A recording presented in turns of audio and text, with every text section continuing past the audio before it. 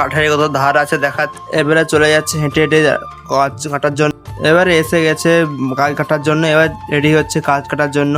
ভালোভাবে কেটে ভালোভাবে ফেলাতে হবে, অনেক তার টার আছে তো দেখে শুনে ফেলাতে হবে আর কি।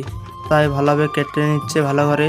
একদিকে কাটছে কেন, একদিকে ফেলাবে তো তাই জন্য ভালোভাবে কম মারছে। এবারে গাছটি পড়বে, এবার দেখতে পাচ্ছ তোমরা।